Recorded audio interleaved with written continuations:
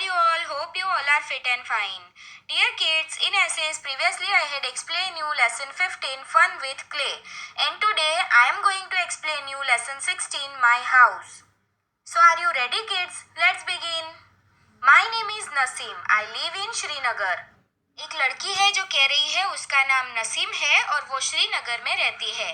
Since yesterday there is a lot of activity in our school. कल से हमारे school में बहुत सारी एक्टिविटी होने वाली है. It will go on for a week और एक वीक तक चलेगी. Do you know why there is a camp being held in our school? क्या आपको पता है क्यों? क्योंकि हमारे स्कूल में एक कैंप का आयोजन किया गया है. Children have come from many places for the camp और बहुत सारे बच्चे जो है वो अलग अलग जगहों से ये कैंप के लिए आए हैं. Tents have been put up in the ground for everyone to stay और सबको रहने के लिए ग्राउंड पर टेंट्स भी बनाए हैं. We have decorated the school beautifully. हमने स्कूल को बहुत ही अच्छे से डेकोरेट किया है. Some children have used pieces of cloth to make streamers for the doors. कुछ बच्चों ने क्लॉथ के पीसेस का यूज करके डोर्स के लिए स्टीमर्स बनाए हैं. Some have made posters using almond shell while others have made rangolis using dry leaves and sawdust. कुछ बच्चों ने आलमंड शेल का यूज करके पोस्टर्स बनाए हैं तो कुछ बच्चों ने रंगोलीज भी बनाई है जो कि ड्राई लीव्स और सोडस्ट की मदद से बनाई है. सोडस्ट का मतलब होता है पाउडरी पार्टिकल्स ऑफ वुड. अभी नसीम कह रही है today is the first day of the camp. आज कैंप का पहला दिन है. वी आर वेरी हैप्पी और हम सब बहुत ही खुश है. In the morning we all got together and sat down on the ground in a circle. जल्दी सुबह में उठ के हम सब लोग एक साथ मिले और एक बड़े से ग्राउंड में सर्कल बना के बैठे. Each of us introduce ourselves and spoke about where we came from and what we like to eat. सब लोग अपने आप को इंट्रोड्यूस कर रहे थे, अपने बारे में बता रहे थे कि वो लोग कहाँ से आए हैं, उनको क्या खाना पसंद है etcetera. Children brought pictures of their families and their homes. बच्चे अपनी फैमिली का और अपने घर का पिक्चर लेकर आए थे. Everyone spoke about their homes. Bhupen's group was the first to talk. सब लोग अपने घर के बारे में बातें कर रहे थे और भूपेन जो है उसने सबसे पहले बातें करने की शुरुआत की. Bhupen introduce himself and said.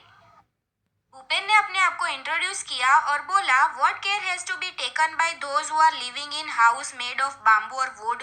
Bhupen कहता है कि जो लोग बाम्बू और या तो वुड के बनाए घरों में रहते हैं तो उनको क्या ध्यान रखना पड़ता है. फिर वो कहता है I have come from Molan village in Assam. ये कह रहा है कि मैं मोलन विलेज से आया हूँ जो कि आसाम में है. It rains heavily in our place और हमारी जगह पर बहुत ही ज्यादा बारिश होती है. Hence our houses are made almost 10 to 12 feet above the ground. They are made on strong bamboo pillars. और हमारे जो घर है वो 10 या तो 12 फीट ग्राउंड से ऊपर ही बनाए जाते हैं और ये जो घर होते हैं वो स्ट्रॉन्ग बाम्बू पिलर्स के ऊपर बनाए जाते हैं. Inside our houses are also made of wood. हमारे घर का जो अंदर का हिस्सा होता है वो भी वुड का ही बना होता है. Kids, why are houses made on bamboo pillars where Bhupen lives? Kids, जहाँ पर भूपेन रहता है वहाँ पर बाम्बू पिलर्स के ऊपर बनाए घर क्यों होते हैं? Let me tell you. Bhupen lives in Assam. Bhupen कहाँ पर रहता है? आसाम में रहता है. It rains heavily on Assam और आसाम में बहुत ही ज्यादा बारिश होती है. So houses are constructed on bamboo pillars so that they are high above the ground and protect from rain water. तो ये जो घर होते हैं वो बाम्बू पिलर्स के ऊपर बनाए जाते हैं ताकि वो जो घर है वो ग्राउंड से ऊपर रहे और जो रेन का पानी है, बारिश का पानी है, वो उनके घरों में ना आ जाए. किड्स, क्या आपको पता है what kind of roofs do Bhupen's house have? Why are they made like this? Kids, Bhupen के घर की छत जो है वो कैसी है, किस टाइप की है और वो किससे बनी है? Let me tell you. Bhupen lives in Assam. It rains very heavily in Assam, so houses are constructed with sloping roofs so that rainwater does not collected on the top of house and can flow away easily. जैसे कि मैंने आपको बताया कि भूपेन जो है वो आसाम में रहता है और वहाँ पर बहुत ही ज्यादा बारिश होती है तो उनके घर की जो छत होती है वो थोड़ी स्लोपी होती है जिससे कि बारिश का पानी छत पर जमा ना हो और बह के इजीली नीचे आ जाए. Next question is how does one enter this houses? ये घर में अंदर कैसे जा सकते हैं? तो यस, जैसे कि आपने पिक्चर में देखा कि घर में जाने के लिए नीचे एक लैडर रखी हुई है बाम्बू की बनाई हुई, तो जिसकी मदद से आप घर में जा सकते हो। Kids, at night the ladder is removed from Bhupen's house, can you tell why? Kids, क्या आपको पता है भूपेन के घर पे जो लैडर है उसको रात के समय पर वो लोग रिमूव कर देते हैं, निकाल देते हैं, तो ऐसा क्यों? क्योंकि रात के समय पर बहुत सारे इंसेक्ट्स या तो जो प्रेडेटरी एनिमल्स है वो उनके घर में आ भी सकते हैं, तो इसीलिए वो रात के समय पर लैडर को निकाल देते हैं। Kids, what are the difficulties faced in making stone houses? Bhupen जहाँ पर रहता है आसाम में, वहाँ पर स्टोन हाउसेज बनाने में बहुत सारी डिफिकल्टीज होती है, तो ऐसा क्यों? Let me tell you. क्योंकि जो स्टोन हाउस होते हैं उसको बनाने के लिए आपको सबसे पहले तो ग्राउंड को डिग करना पड़ेगा और फिर आपको बनाना पड़ता है। तो भूपेन जहाँ पर रहता है आसाम में, वहाँ पर तो बहुत ज़्यादा बारिश होती है, तो बारिश के समय में जब बहुत ज़्यादा बाढ़ आती है तो वो जो घर हम बनाते हैं स्टोन से वो बहकर चला भी जाता है, तो ऐसे घरों में रहना बहुत ही ज़्यादा डिफिकल्ट हो जाता है और आप पिलर के सपोर्ट के बगैर स्टोन हाउस बना भी नहीं सकते हो। Thus, it is very difficult to construct stone houses where भूपेन्स live. तो इसीलिए जहाँ पर भूपेन रहता है आसाम में, वहाँ पर स्टोन हाउसेस बनाना बहुत ही डिफिकल्ट है। Now kids, it was Chameli's turn. She said, I have come from Manali, which is a hilly area. चमेली कहती है कि मैं मनाली से आई हूँ और वो एरिया जो है वो पूरा हिली एरिया है। At our place it rains heavily and snow as well. हमारे वहाँ पर तो बहुत ज़्यादा बारिश भी होती है और स्नोफॉल भी बहुत ज़्यादा होती है। When it is very cold we like to sit in the sun. और जब ठंड बहुत ज़्यादा बढ़ जाती है तो हम धूप में बैठते हैं। Our houses are made of stone और वुड। हमारे जो घर है वो स्टोन और वुड से बनाए जाते हैं। Kids, in which area is Chameli's house? Chameli कहाँ पर रहती है? Chameli's house is in Manali which is hilly area. Chameli जो है वो मनाली में रहती है और उसका जो एरिया है वो पूरा हिली एरिया है। Kids, what are the similarities in the roofs of Chameli's and Bhupen's house? Chameli के घर की जो छत है और भूपेन के घर की छत है, तो वो दोनों छतों में क्या सिमिलरिटीज है? किड्स, जैसे कि आप सभी को पता है Chameli stays in Manali and Bhupen stays in Assam. Chameli जो है वो मनाली में रहती है और भूपेन जो है वो आसाम में रहता है। Since both these areas receiving heavy rainfall, the roofs of their houses are sloping. जैसे कि आपको पता है कि दोनों ही जगहों पर बहुत ज़्यादा बारिश होती है, तो उनके घरों की जो छत है वो थोड़ी स्लोपी है। दिस इज द सिमिलरिटी, और यही उनके छतों की सिमिलरिटी है। Kids, what are the benefits of living in pucca houses? Kids, हम पक्के हाउस में रहते हैं, तो आपको पता है कि पक्के हाउसेज के बेनिफिट्स क्या क्या है? पक्का house protects us from heat, cold and rain. पक्का हाउस की मदद से हम हीट, कोल्ड और रेन से बच पाते हैं। We do not have fear of robbery and burglary in a pucca house. अगर हम पक्के मकान में रहते हैं तो हमें चोरी या लूटपाट का डर भी नहीं रहता है। We are not troubled by fear of insects और प्रेडेटरी एनिमल्स। हमें कोई भी एनिमल्स या तो कोई इंसेक्ट्स का डर भी नहीं रहता है। हमारी फैमिली और हम सब लोग मिलके पक्का हाउस में शांति से रह सकते हैं। और अगर हम पक्का हाउस में रहते हैं तो हमारी प्रॉपर्टी और हमारी जो लाइफ है वो भी प्रोटेक्टेड रहती है।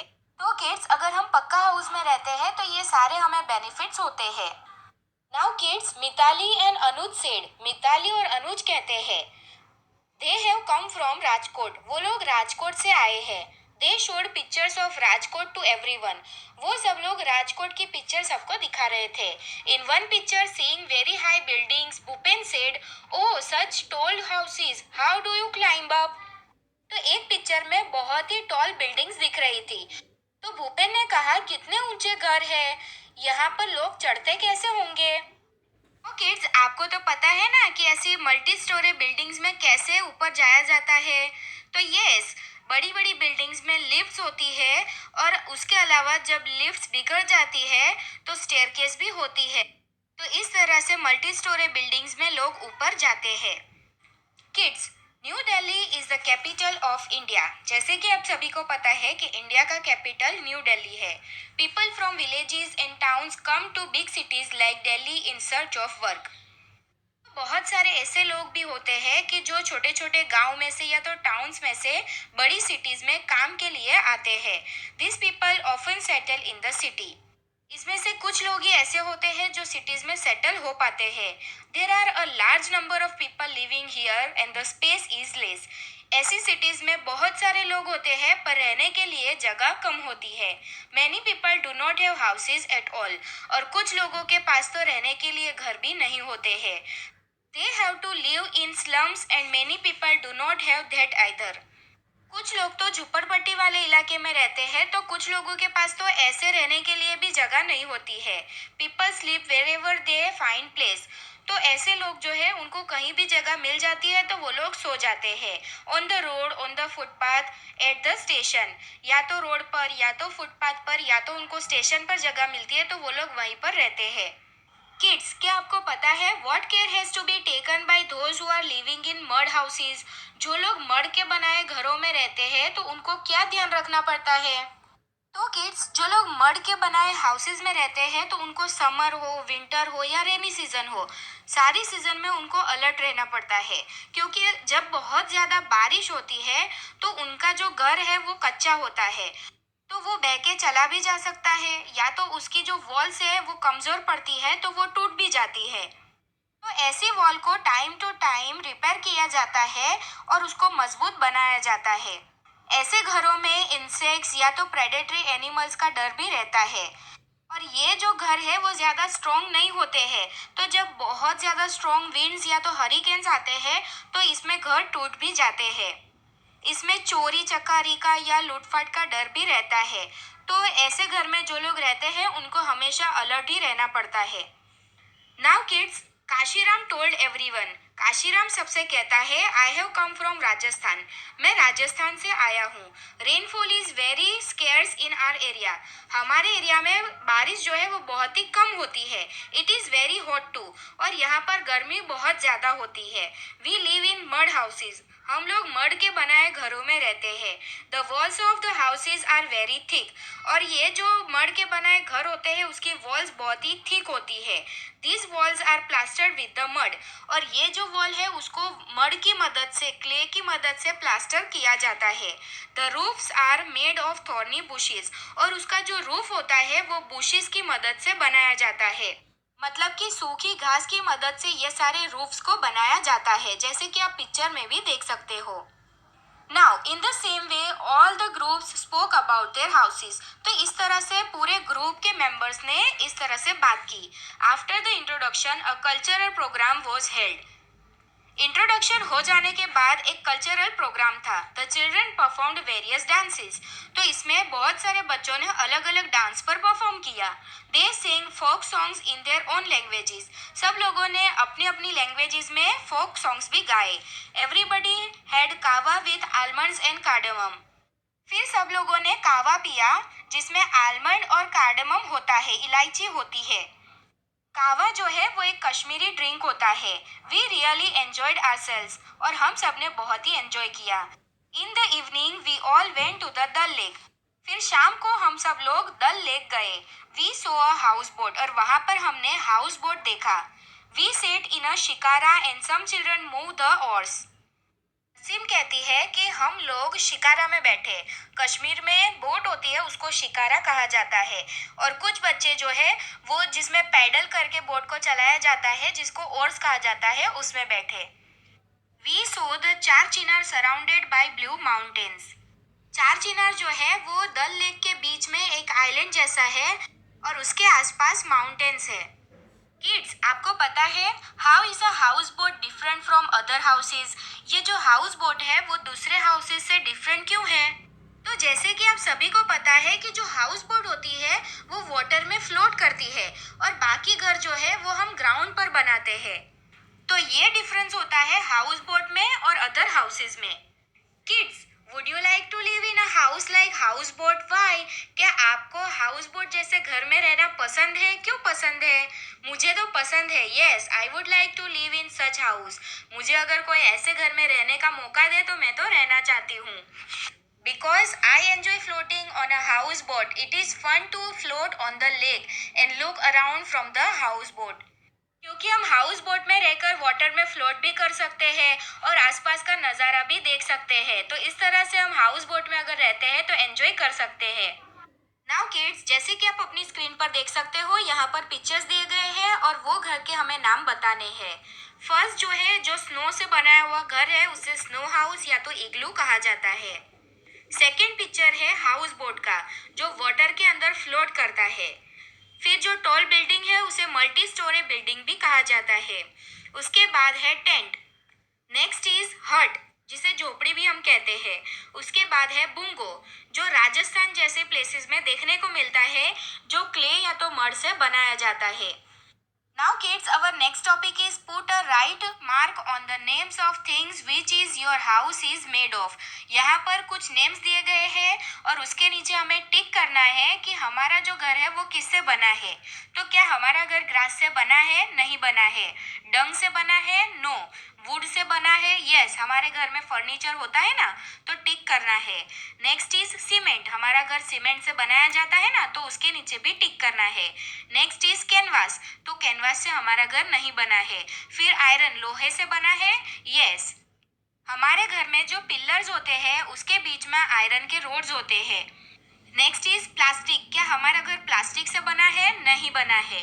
लाइमस्टोन, तो यस, हमारे घर की जो टाइल्स होती है वो सारी लाइमस्टोन से होती है बनी, तो उसके नीचे टिक करना है। नेक्स्ट इज बाम्बू, क्या हमारा घर बाम्बू से बना है? नहीं बना है।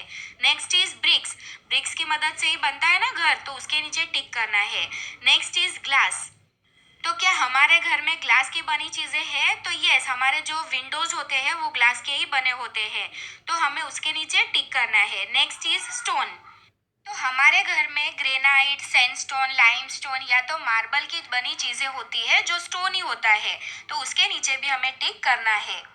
किड्स, आपके घर के आसपास भी जो आपको घर दिख रहे हैं वो आप ध्यान से देखो और आप बता सकते हो कि वो किससे बने हैं।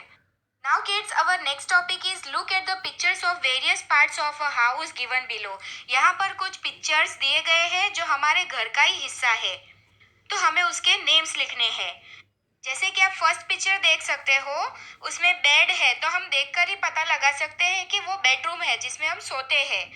जो सेकंड पिक्चर है वो बाथरूम का है। थर्ड पिक्चर है किचन का, जिसमें हम कुकिंग करते हैं। फोर्थ पिक्चर जो है वो डाइनिंग रूम का है, जिसमें हम खाना खाते हैं। और जो लास्ट पिक्चर है उसे ड्राइंग रूम कहा जाता है, जिसमें हम गेस्ट के साथ या अपने फैमिली मेंबर्स के साथ बैठते हैं, बातचीत करते हैं, right. Now kids, our last topic is look at the pictures of various houses given below. Write 1 for kacha houses, 2 for pakka houses and 3rd for houses in heavy rainfall areas। यहाँ पर pictures दिए गए हैं और नीचे circle दिया गया है, उसमें हमें 1, 2 या 3 लिखना है। 1 जो कच्चा हाउस है उसके लिए लिखना है, 2 नंबर हमें पक्का हाउस है उसके लिए लिखना है। और जहाँ पर बहुत ज़्यादा रेनफॉल होती है, ऐसे एरियाज में जो घर हमें देखने को मिलते हैं, वहाँ पर हमें 3 नंबर लिखना है। तो जो फर्स्ट पिक्चर है उसे कच्चा हाउस कहा जाता है, तो वहाँ पर हम 1 लिखेंगे। फिर जो सेकंड पिक्चर है उसमें हम 3 नंबर लिखेंगे, क्योंकि वो बाम्बू पिलर्स के ऊपर बनाया घर है, मतलब कि वो हेवी रेनफॉल वाले एरियाज में ऐसे घर होते होंगे। जो नेक्स्ट पिक्चर है टॉल बिल्डिंग है, तो वो पक्का हाउस कहलाता है, तो उसके लिए हम 2 नंबर लिखेंगे। नेक्स्ट है बंगलो, तो बंगलो भी पक्का हाउस ही है, तो उसके लिए हम 2 नंबर लिखेंगे। फिर उसके बाद है हट, तो हट जो है वो कच्चा हाउस कहलाता है, तो उसके लिए हम 1 नंबर लिखेंगे। फिर उसके बाद है डुप्लेक्स, तो उसके लिए भी हम 2 नंबर लिखेंगे, क्योंकि वो भी एक पक्का हाउस है। जो नेक्स्ट पिक्चर है वो भी वुड का बनाया हुआ और थोड़ी हाइट पर बनाया घर है, मतलब हेवी रेनफॉल वाले एरियाज में ही ऐसे घर होते हैं, तो हम वहाँ पर 3 नंबर लिखेंगे। जो नेक्स्ट पिक्चर है उसे बुंगो कहा जाता है, वो भी एक कच्चा हाउस है, तो वहाँ पर हम 1 नंबर लिखेंगे। एंड जो लास्ट पिक्चर है वो घर का है जो पक्का हाउस है, तो उसके लिए हम 2 नंबर लिखेंगे। So kids, here explanation of the chapter is completed. Hope you all understand. Thank you for watching. Stay home, stay safe. Bye.